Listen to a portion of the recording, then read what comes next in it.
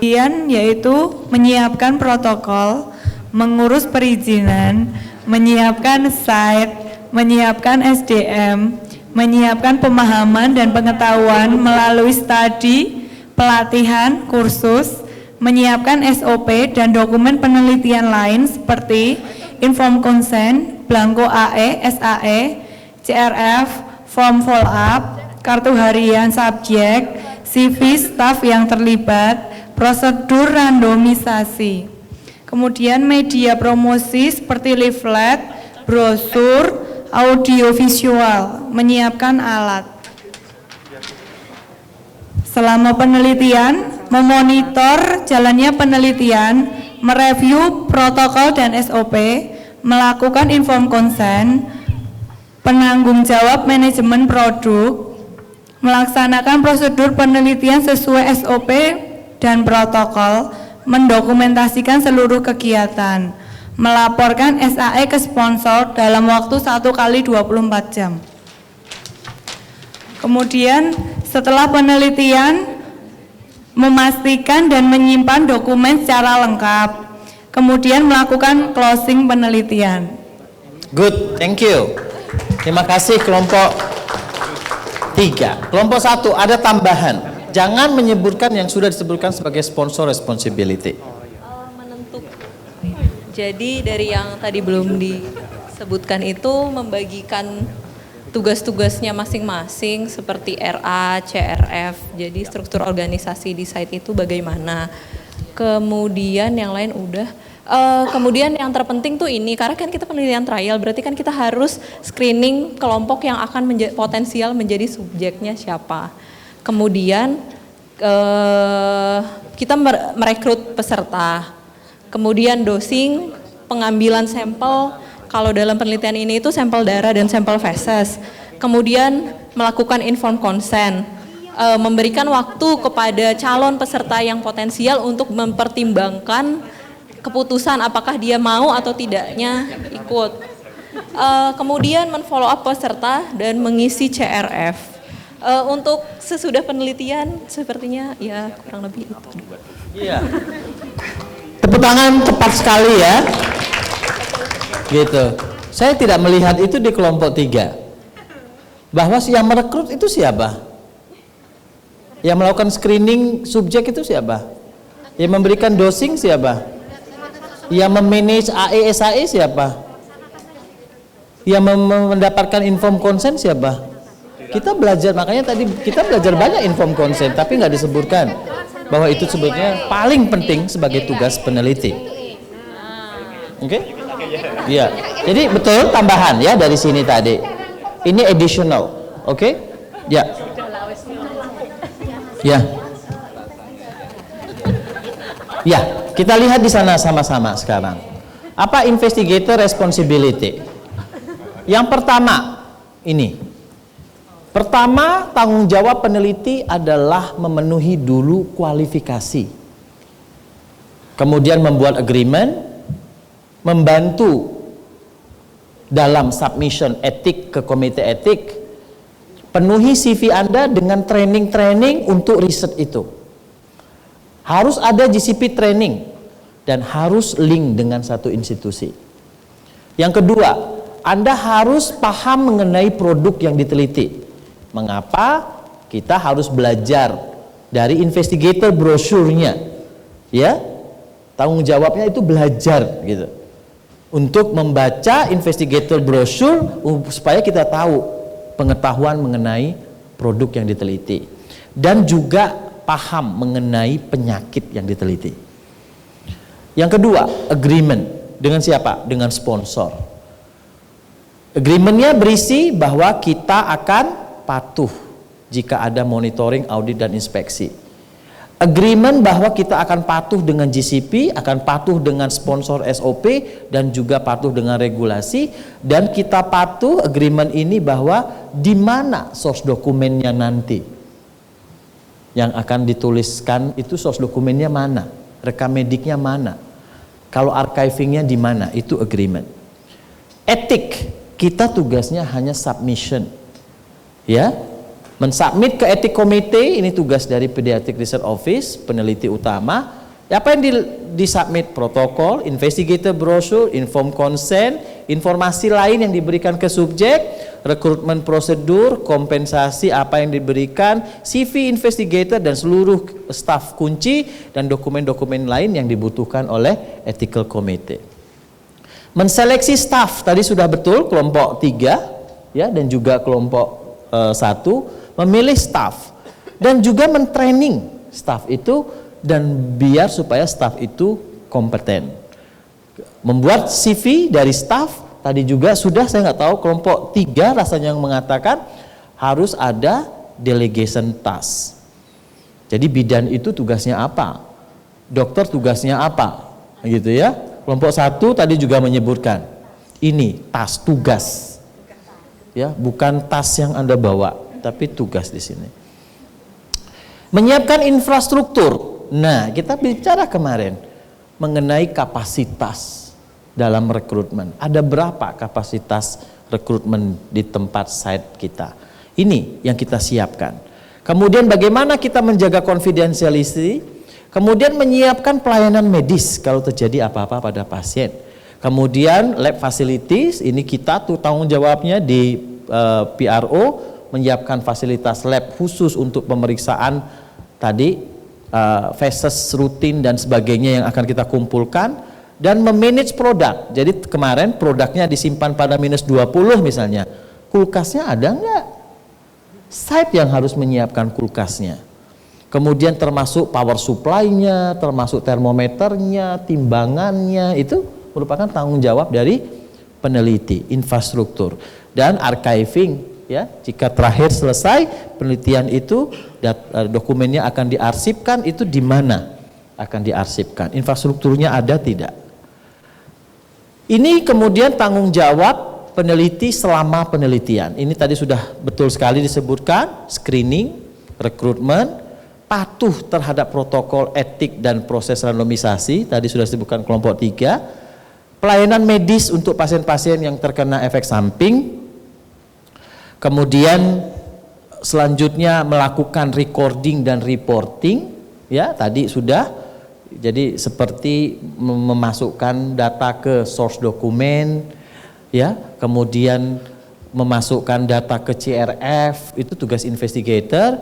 Kemudian memanage produk, ya, dan memanage produk ini menyimpannya, memonitornya, memberikannya, gitu ya. Gitu, memfollow up efek sampingnya, itu semua merupakan selama penelitian, itu tugas investigator. Dan jika ada amandemen dalam protokol, nanti itu tugas investigator.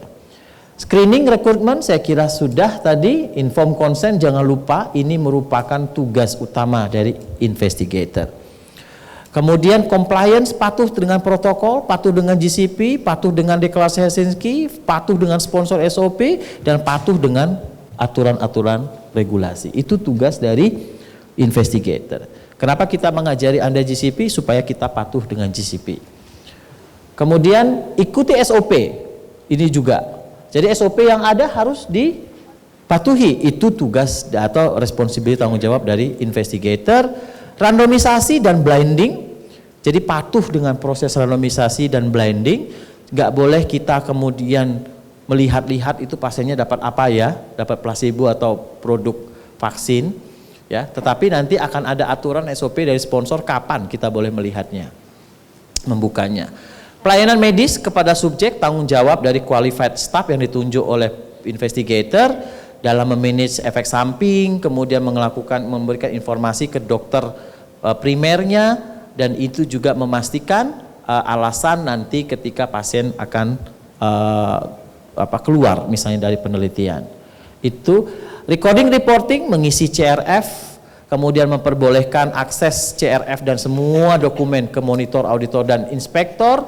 Kemudian ini yang penting lagi, jika melakukan koreksi pada source dokumen, pada semua dokumen yang ada dan pada CRF, maka harus sesuai dengan GCP.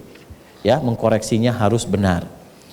Kemudian memanage produk, menerima, kemudian mengatakan ke sponsor bahwa kami sudah menerima. Accountability, kemarin kita diskusi, general accountability sama individual accountability, menyimpan hanya akses orang-orang tertentu saja, oleh hanya staf tertentu yang boleh mengaksesnya, kemudian menggunakannya sesuai dengan protokol dan menghancurkannya sesuai dengan SOP dari sponsor. Itu product management. Amandemen protokol ini adalah mengamandemen, mensubmit lagi ke komite etik jika kemudian ada perubahan pada protokol, dan ini merupakan investigator tanggung jawabnya setelah penelitian selesai yang terkait dengan trial material, terkait dengan reporting, dan terkait dengan archiving. Trial material ikuti instruksi sponsor, apakah dikembalikan, apakah dihancurkan, dan kita tanggung jawab mendokumentasikan proses pengembalian dan proses penghancuran dari produk atau material tersebut. Kemudian pelaporan ke institusi, ke etik komite, ke Badan POM bahwa penelitian sudah selesai. Bukan laporan dari keseluruhan penelitian, bukan, tapi melaporkan bahwa penelitian sudah selesai. Itu tugas kita. Archiving tadi 2 tahun setelah negara terakhir, kemudian bisa lebih panjang jika diperlukan oleh sponsor. Itu tugas dari peneliti. Nah ini ya, kalau saya bertanya ke PI atau teman-teman co-PI, ya, decision seperti apa atau keputusan seperti apa kita mengatakan terlibat atau tidak dalam uji klinik. Yang pertama adalah apakah saya memang tertarik dengan penelitian tersebut? Apakah saya punya waktu yang cukup? Apakah saya qualified? Apakah saya punya fasilitas yang cukup? Apakah saya mempunyai study team yang cukup? Dan apakah saya mampu merekrut? Apakah populasinya itu adekuat atau tidak? Ada atau tidak di tempat penelitian tersebut? Jadi itu, ya, kalau Anda lihat bahwa sebetulnya tanggung jawabnya ada 2 sesuai JCP, bahwa keamanan dari partisipan itu terlindungi dan data yang dihasilkan kredibel. Tetapi sponsor dan investigator masing-masing punya cara yang berbeda di dalam memenuhi goal tersebut, ya, tanggung jawab tersebut. Dibaginya betul-betul sudah sangat rigid oleh GCP. Itu tanggung jawabmu, ini tanggung jawab investigator, ya. Jadi sudah sangat berbeda sebenarnya tanggung jawab antara 2 ini. Oke, ada pertanyaan? Ya. Terima kasih Dok atas kesempatannya. Jadi saya mau tanya terkait pemilihan site yang akan digunakan. Jadi itu sebenarnya ranahnya investigator atau sponsor? Itu sponsor. Itu sponsor. Tetapi kadang-kadang sponsor itu tidak tahu wilayah di mana misalnya site yang bisa dipakai, sehingga dia bisa meminta investigator untuk membantu di dalam site selection sponsor. Tetapi kadang sponsor meminta investigator, tolong dong kami dibuatkan protokol. Semua esensial dokumen itu tanggung jawab dari sponsor. Tetapi sponsor bisa minta, kamu sudah sangat expert, ahli misalnya, tolong dong dibuatkan. Nggak masalah, karena itu bagian dari kerjasama, gitu. Tetapi overall responsibility untuk dokumen itu tetap ada pada sponsor. Artinya kita membuatkan, tiba-tiba sponsor bilang ini nggak cocok, ya sudah selesai. Sponsor yang memutuskan, karena itu tanggung jawab mereka. Ya, sudah ada pembagiannya, tetapi dalam kenyataannya kadang-kadang itu tumpang tindih. Tumpang tindih itu bukan berarti tugasnya kok sama untuk mengerjakan sesuatu, tidak. Tetapi itu tugas sponsor, tapi diminta ke investigator. Tapi jarang sekali tugas investigator diminta ke sponsor. Ya, gitu. Jarang sekali. Umumnya tugas sponsor itu meminta investigator untuk membantunya dia. Ya nggak apa-apa, wong itu kalau misalnya kita di akademik itu di university, kita memang punya experience, kita punya kapasitas untuk melakukan itu. Mungkin sponsor tidak mempunyai kapasitas itu. Ini saya mempunyai uji klinik 2 lainnya. Itu semua sponsor meminta saya untuk semua mengembangkan essential dokumennya. Nggak masalah. Gitu. Cuman apa? Wani piro gitu. Ya. Ya. Gitu? Ya. Terima kasih Dok, izin bertanya, apakah mungkin investigator dan juga sponsor adalah sebuah badan yang sama? Misalnya Bio Farma sebagai sponsor dan dia juga menunjuk orangnya sebagai investigator, atau harus dua badan independen yang terpisah? Terima kasih. Ya.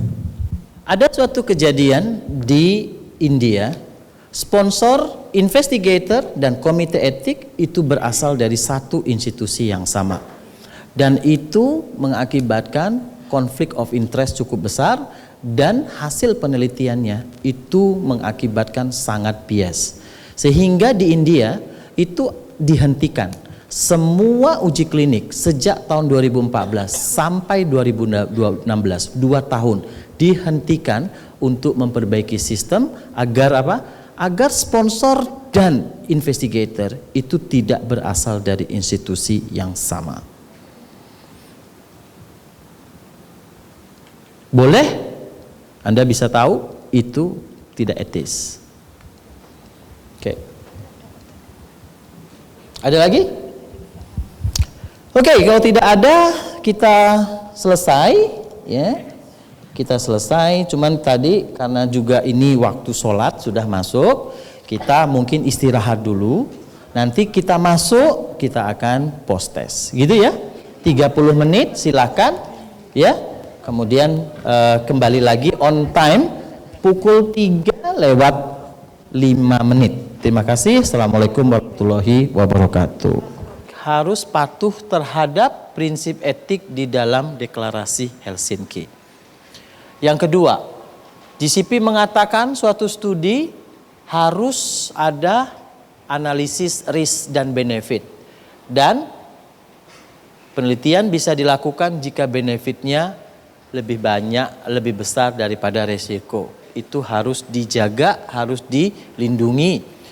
GCP mengatakan bahwa harus ada data penelitian sebelumnya yang adekuat sebelum melakukan penelitian pada manusia. Kemudian protokol harus jelas dan protokol harus saintifik. Penelitian itu harus melibatkan peneliti, dokter, dan studi dokter yang memenuhi kualifikasi, harus dilakukan oleh orang-orang yang memenuhi kualifikasi, harus ada informed consent, data yang dihasilkan harus akurat dan bisa diverifikasi, harus menjaga confidentiality dari subjek, harus menjaga memanage produk penelitian dengan baik, serta harus ada quality control dan quality assurance. Jadi sebetulnya apa yang kita diskusikan 3 hari itu semua merupakan prinsip dari GCP. Ya. Nah, dari sanalah, dari prinsip itu kemudian kita menerjemahkan proses itu ke dalam modul.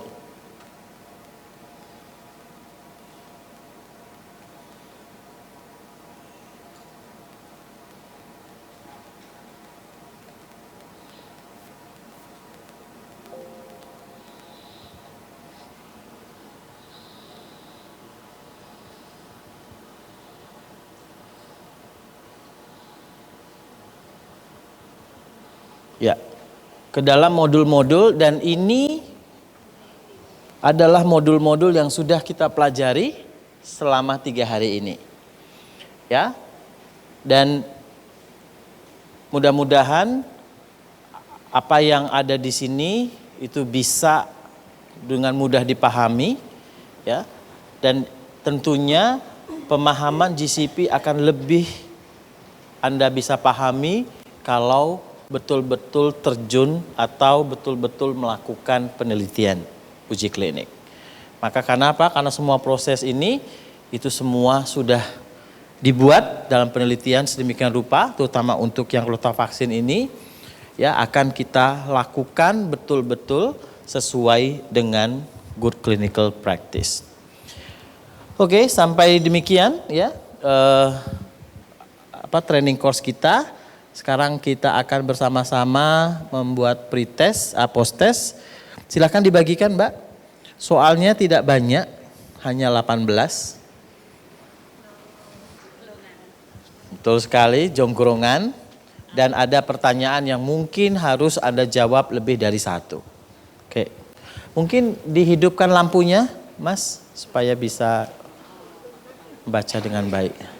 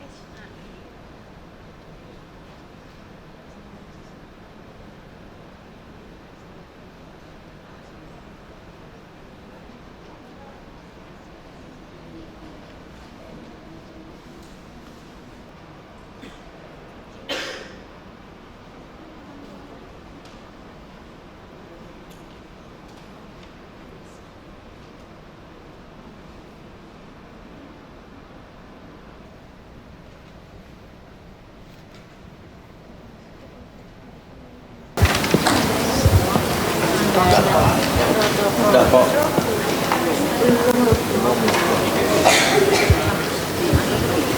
Sudah? Sudah ya? Oke. Sudah ya? Bu Salamah sudah? Ya nanti jangan ditunjukkan ke temennya, kita koreksi bersama nanti. Temennya nggak apa-apa. Nanti kalau temennya bilang salah gitu, pede aja Bu Salamah. Oh enggak dilihatin. Oke, kita koreksi ya. Oke, lihat sendiri, jujur. Iya, seorang peneliti itu harus jujur. Iya toh? Karena kita harus apa? Akurat kan? Gitu. Kalau memang keliru gitu toh. Ya. Nomor 1, jawabannya apa? Eko. Kalau benar biarin, kalau salah dicoret gitu ya. Nomor 2. Kalau ada yang mau protes silahkan loh. Nomor 2 apa jawabannya?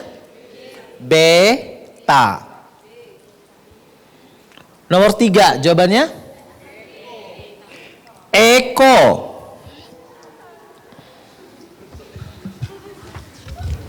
Mulai ada kekeliruan. 4. Delta.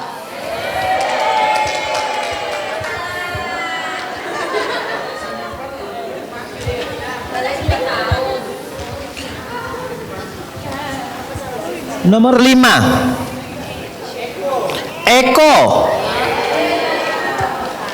Inspeksi. Otoritas regulasi.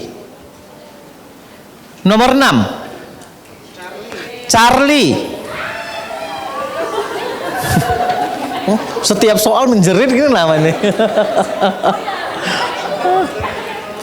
Kan tidak dihancurkan. Tidak dikirim ke sponsor kan tadi udah dikatakan. Disimpan, betul. Tidak diserahkan data manajemen dan tidak diserahkan regulasi, ya betul. Nomor C. Nomor 7. Eko. Nomor 8. Delta. Nomor 9. Eko. Nomor 10. Charlie. Kan bener kan? Iya. Percaya diri aja, bener kok. Nomor 11. Beta. Bener kan? Iya, maka percaya diri aja Bu Salama. Lu tadi nggak percaya diri Bu Salama tuh. Bener semua loh padahal Bu Salama tuh tak lihat tadi. Nomor 12. Beta. Nomor 13. Charlie. Tuh kan? Bisa semua. Nomor 14. Eko. Nomor 15. Alfa dan Beta. Yang hanya jawab 1,5.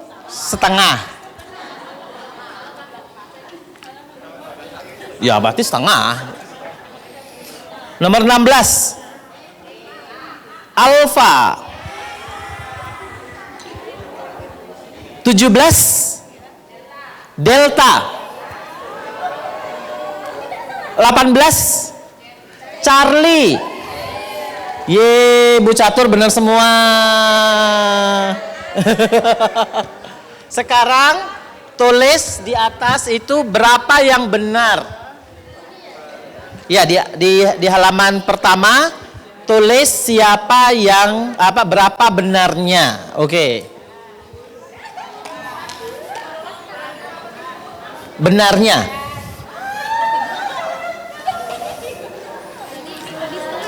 Ya. Sudah? Sebentar. Sekarang siapa yang benar semua?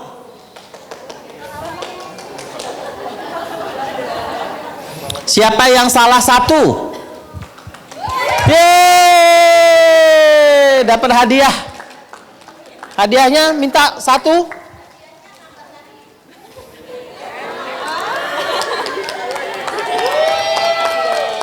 Selamat ya Dokter Anis. Yang salah 2. Dokter Ari, sini. 2 orang. Oke, good. Bisa untuk perjalanan pulang.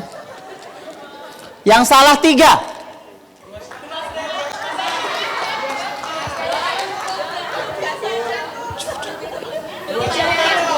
Dua setengah dulu. 1, 2, terus 2 orang. Oh ya, sudah selesai.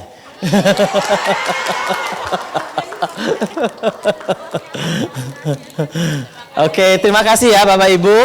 Oke, tepuk tangan bagi yang mendapat cukup banyak. Yang salah 3 berapa orang tadi? Coba tunjuk. 1, 2, 3, 4, 5, 6, 7. Masih berapa? Cukup. Silakan dibagikan 7. Tunjuk jari siapa tadi biar dapat. Yuk.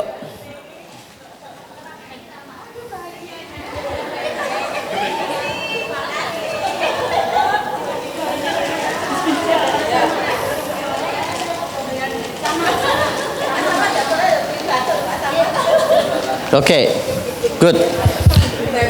Sekarang tolong dibagikan, tolong kami diisikan kuesioner. Ini juga untuk kembali lagi quality assurance untuk meningkatkan kegiatan ini. Ya, tolong diisi. Kemudian nanti cukup 2 menit. Setelah itu kita akan penutupan dengan menyerahkan sertifikat ke Bapak Ibu semua. Nggak ada yang salah semua kan? Berarti lulus semua. Terima kasih.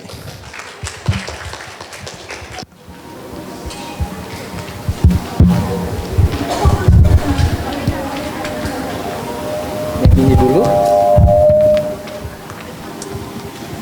Dr. Anis Tianing Wahyu Adi.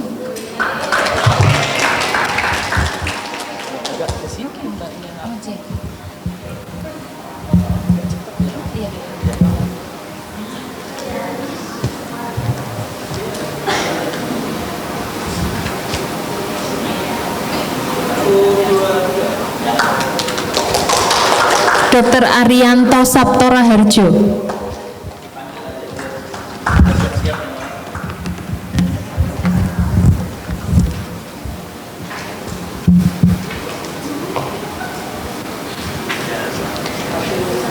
Dr. Lucy Hermawati. Dr. Lucy. Dr. Rohmiyarni, Rohmiyarni AMD.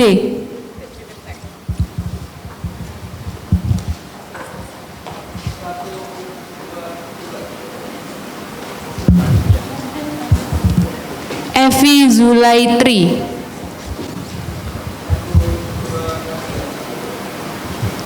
Rike Fridawati. Rike Fridawati.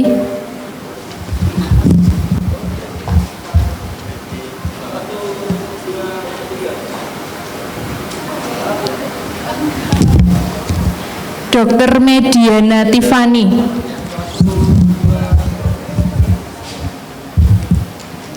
Hastuti Bintari.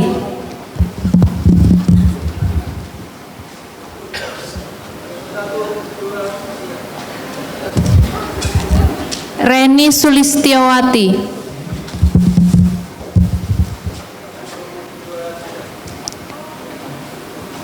Viana Roshida.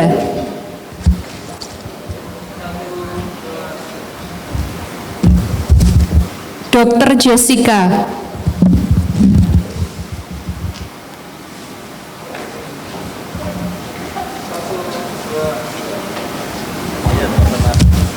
Dr. Catur Luciana Sutanti.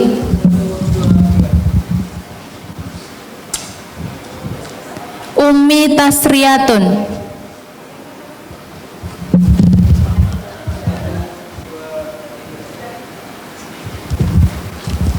Novita Prameswati.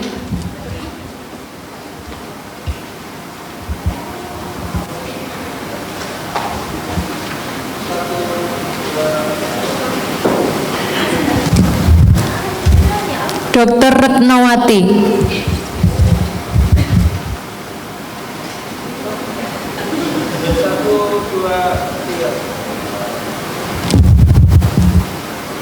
Vina Anissa Dina.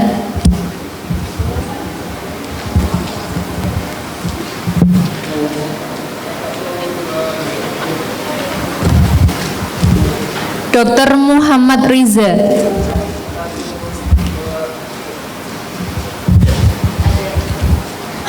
Dr. Muhammad Syaifuddin.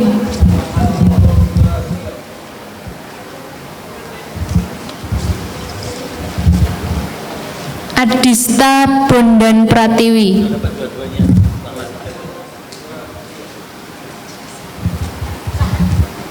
Dr. Rini Hidayati.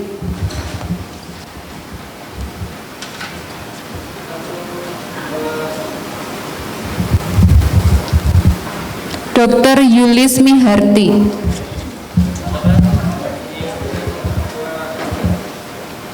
Dr. Nini Dwi Indrati.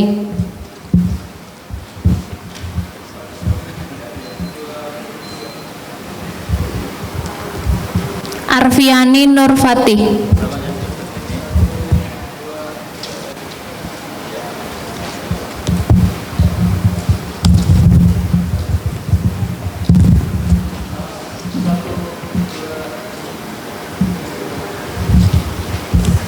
Evi Hermawati.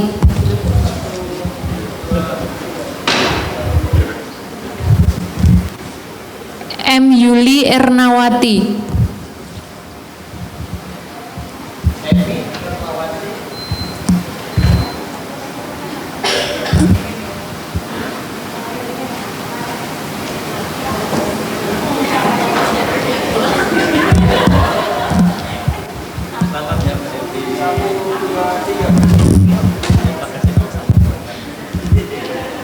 Diah Novi Astuti.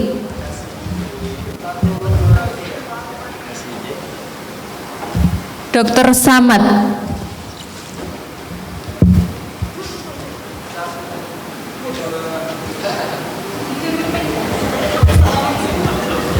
Tanti Hanani.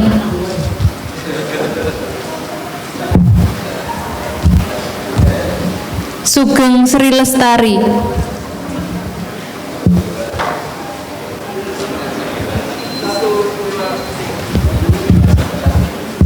Aprilia Rahmani.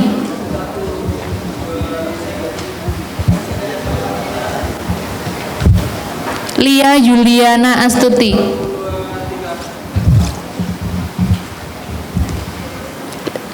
Jenny Wulandari.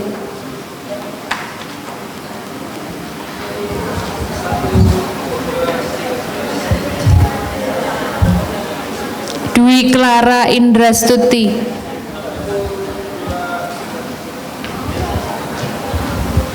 Siti Salamah.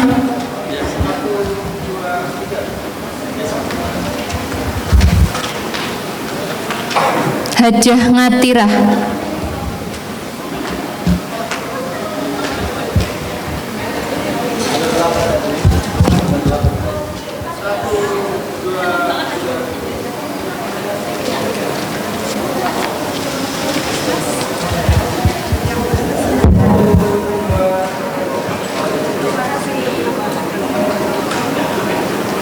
Sampai bertemu lagi, karena kita akan banyak sekali training-training yang akan kita jalankan.